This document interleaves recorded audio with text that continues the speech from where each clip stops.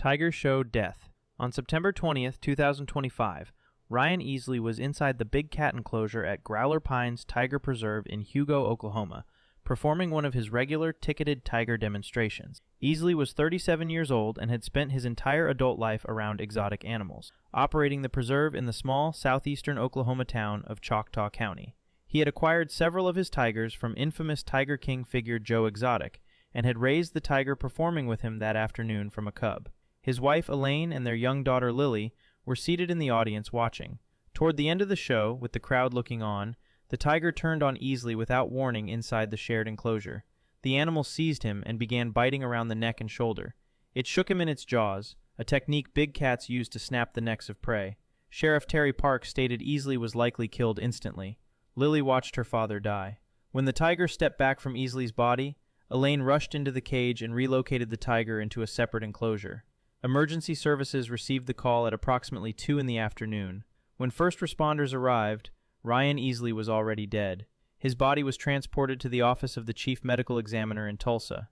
The autopsy, confirmed December 11, 2025, documented nearly 100 puncture wounds, including deep lacerations to the neck and back, crushing injuries to the vertebra and spinal column, and heavy bleeding throughout the neck muscles. Official cause of death was blunt force, sharp force, and crushing injuries due to tiger mauling. All public tours at Growler Pines were immediately suspended following the incident. Pet hippo death. On November 12, 2011, paramedics were called to the banks of the Vaal River at a 400-acre farm in Free State Province, South Africa. The property belonged to Marius Els, a 40-year-old former South African Army major turned cattle farmer who had raised a hippopotamus named Humphrey from approximately 5 months old after the calf was orphaned during a river flood. Els had spent years building what he believed was an unbreakable bond with the animal. He rode Humphrey bareback, swam alongside him, and declared the hippo was like a son to him. Footage of the two together went viral on YouTube earlier that year. He dismissed all critics who warned that hippos were the most dangerous large animal in Africa, saying they thought you could only have a relationship with dogs and cats. The warnings were abundant. Just months before his death, a 52-year-old man and his 7-year-old grandson had been chased by Humphrey while canoeing, and spent 2 hours trapped in a tree before Els lured the hippo away with an apple. Humphrey had also been blamed for killing livestock, and repeatedly broke out of his enclosure to chase golfers at a nearby golf course. On the morning of November 12th, Els went down to the Vaal River on his property. Humphrey attacked him in the water. The 2,600-pound animal bit Els multiple times and dragged him into the river, submerging him. Netcare 911 spokesman Jeffrey Wicks stated that paramedics arrived to find the man had been bitten several times and immersed in the river for an unknown period of time. Marius Els, 40, was confirmed dead early that Sunday morning. His body was recovered from the same stretch of river where he had originally saved Humphrey as a calf. Bear cage death. On October 4, 2009, at approximately 5 in the evening, Kelly Ann Walls entered the cage of a 350-pound black bear named Teddy at the exotic animal compound she and her husband Michael ran in Ross Township, Monroe County, Pennsylvania. Kelly was 37 years old and had been caring for Teddy for 9 years. The couple held exotic animal permits through their company World of Reptiles, Inc., and had at various times kept a lion, cougar, jaguar, tiger, leopard, and 2 servals on the wooded property in the Pocono Mountains. Teddy lived in a 15 by 15-foot steel and concrete enclosure near the house. Kelly's routine was practiced and familiar. Throw a shovelful of dog food to one side of the enclosure to distract the bear, then clean the other side. She had done it hundreds of times before. Neighbor and close friend Scott Castone later told reporters she had done it 1,000 times, and on 1,001, something happened. Wildlife experts later noted that early October falls within a bear's hyperphagia period, a pre-hibernation phase of intense food aggression and behavioral unpredictability that can override years of conditioning. At some point during the cleaning, Teddy turned on Kelly. Her children and the Castone children were nearby and witnessed the attack. Their screams drew Castone immediately. He ran to the cage, and while Teddy was still on top of Kelly, shot and killed the bear.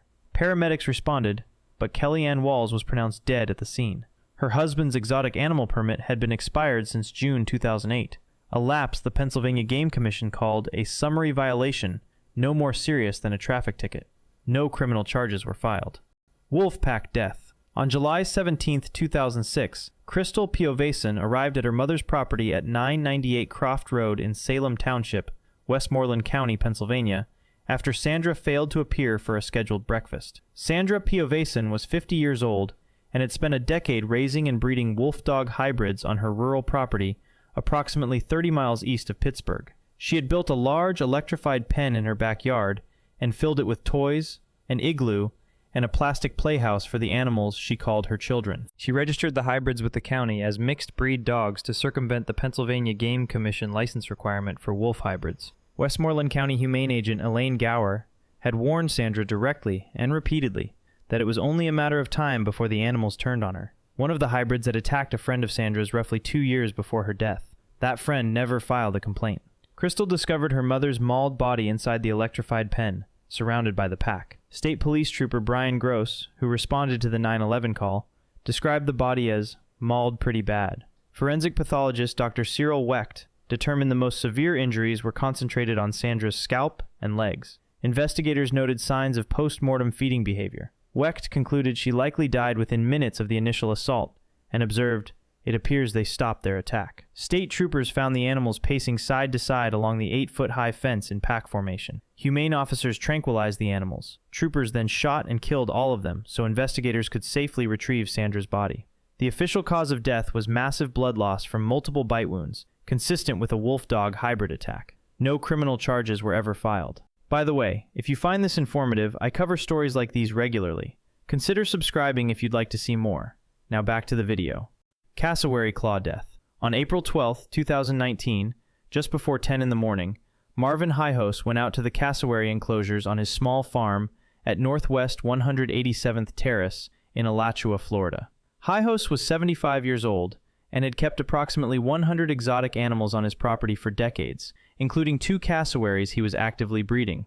A cassowary is a massive, flightless bird native to Australia and New Guinea. The San Diego Zoo calls it the most dangerous bird in the world. Standing up to 6.5 feet tall, it can run 30 miles per hour, jump 7 feet straight up, and delivers kicks using a 4-inch dagger-like inner claw, capable of slicing open a human torso. Florida classified cassowaries as Class 2 wildlife, requiring a permit and demonstrated experience. Hijos had both. Investigators believe he entered the area between his 2 fenced cassowary pens to retrieve an egg as part of his breeding routine. At some point, he fell between the enclosures. He had a recent history of instability while walking and had been treated for cellulitis. When he went down, at least one cassowary attacked him through the fence with its clawed feet. The autopsy documented more than a dozen lacerations across his face, neck, back, abdomen, thighs, legs, and right arm. The cassowary's inner claw severed his brachial artery. While bleeding out on the ground, Hijos pulled out his cell phone and dialed 911. On the recording, his voice fading, he gave his address and asked the dispatcher to please send an ambulance. Paramedics arrived approximately 14 minutes later and found him unresponsive. He died at UF Health Shands Hospital in Gainesville. Following his death, the cassowary was auctioned off per Hijos' own wishes. Python strangle death. On August 25, 2017, Barbara Brandon was home at the family residence in Church Crookham, Fleet, Hampshire, England, when she heard a loud bang from her son Daniel's bedroom. She assumed something had fallen over and did not immediately investigate. Daniel Brandon was 31 years old and had kept reptiles since he was 15. His bedroom housed 10 snakes and 12 tarantulas, including Tiny, a female African rock python he had raised from a hatchling so small she once fit in the palm of his hand. Over the years, Tiny had grown to 8 feet long. Brandon called her his baby, yet he had grown cautious. He had stopped putting Tiny around his neck because she was, in his own words, so strong and unpredictable. When Barbara eventually went to check on her son, she found him unconscious. Tiny was out of her pen. Hampshire police were called. Daniel Brandon was dead. Tiny was later found coiled under a cabinet. A post-mortem conducted by Dr. Adnan al-Badri found no external marks of strangulation on the neck, but documented a hemorrhage behind one eye, burst blood vessels, and congested lungs, all consistent with compression asphyxiation. No bite marks were found anywhere on the body. Coroner Andrew Bradley presided over the inquest at North Hampshire Coroner's Court in January 2018 and recorded a verdict of misadventure, stating he had no doubt Tiny was engaged with Daniel at the point of death. Official cause of death was asphyxiation, as a result of contact with the African rock python. The case reignited debate across the United Kingdom about licensing requirements for large constrictor snakes. Pet deer death. On April 17, 2019, at approximately 8:20 in the morning, Paul MacDonald went out to feed the large stag kept on his family's property on Upper Ryans Creek Road in Moy Hu, in northeast Victoria, Australia. MacDonald was 47 years old and had kept the stag alongside his family for 6 years. The animal was a cross between a red deer and a wapiti elk, a large and powerful hybrid with a full rack of antlers. Paul's wife Mandy and their teenage son were at the property that morning. Inside the enclosure, the stag attacked. Wildlife experts later noted April falls within the southern hemisphere autumn rutting season, when testosterone surges make male deer highly territorial and dangerous. The stag gored Paul repeatedly with its antlers and used its body to trample him. Hearing her husband's cries, Mandy ran to help him. The stag attacked her as well, inflicting life-threatening injuries to her upper body and legs. Their teenage son witnessed the assault and struck the deer with a lump of wood, driving it back long enough to pull his injured mother clear of the enclosure. Paramedics attended the scene, but Paul MacDonald's injuries were fatal. He was pronounced dead at the scene. Mandy was airlifted by medical helicopter to Alfred Hospital in Melbourne, a major trauma center, where she was listed in critical condition. Police euthanized the deer at the scene. Acting Senior Sergeant Paul Purcell called it an absolute tragedy. This was the first confirmed fatal deer attack in recorded Australian history. Birthday camel death. In August 2007, on a sheep and cattle station called Loch Lomond, near the outback Queensland town of Mitchell, Australia, Pam Weaver went outside near the family's pet camel while her daughter cooked dinner inside the homestead. Pam was 60 years old. Her husband Noel had given her the camel as a birthday gift for her 60th, just months earlier. The camel was only 10 months old, but already weighed approximately 330 pounds. In the preceding months, the animal had repeatedly attempted to straddle and lie on top of the family's pet goat. The goat had to be physically removed from underneath the camel on multiple occasions. Nobody recognized it as a serious warning.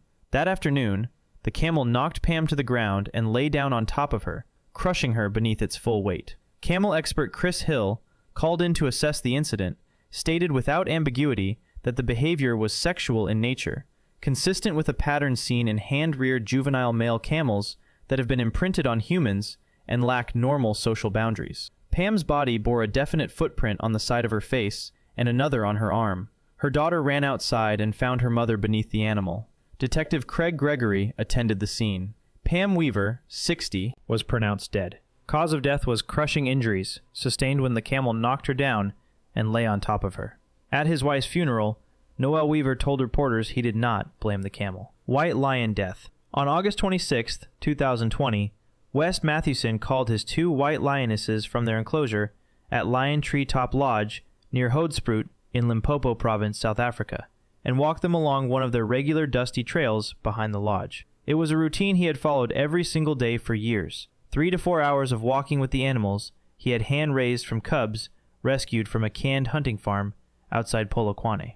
Mathewson was 68 years old, known throughout the region as Uncle West, a conservationist who had dedicated decades to lion welfare, and built a lodge at the foot of the Klein-Drakensberg Mountains into a respected safari destination. His wife Gil, 65, followed behind in a vehicle, a customary safety measure. No guests were present that morning. South African tourism authorities and wildlife experts had warned Mathewson repeatedly that hand-raised lions do not lose their predator instincts. He had dismissed every warning, including the most devastating one. In January 2017, Demi and Tanner had escaped their enclosure by climbing a tree and jumping the fence, made their way to neighboring Ngama Lodge, and attacked 2 employees collecting firewood. 1 man died. The second was seriously injured. West told Africa Geographic afterward that his lions were friendly and non-aggressive, reinforced the enclosure, and continued the daily walks. On the morning of August 26th, with no food present and no apparent provocation, one of the 400-pound lionesses became aggressive toward the other during the walk. That aggression redirected instantly onto West. Gil screamed from the vehicle and tried desperately to distract the animals. She radioed staff and called emergency services but could not physically intervene. West Mathewson was pronounced dead at the scene from severe bite wounds and catastrophic blood loss. The 2 lionesses were tranquilized and relocated to an endangered species center. They were not euthanized. If you found this informative, consider subscribing so you don't miss future content. Thanks for watching.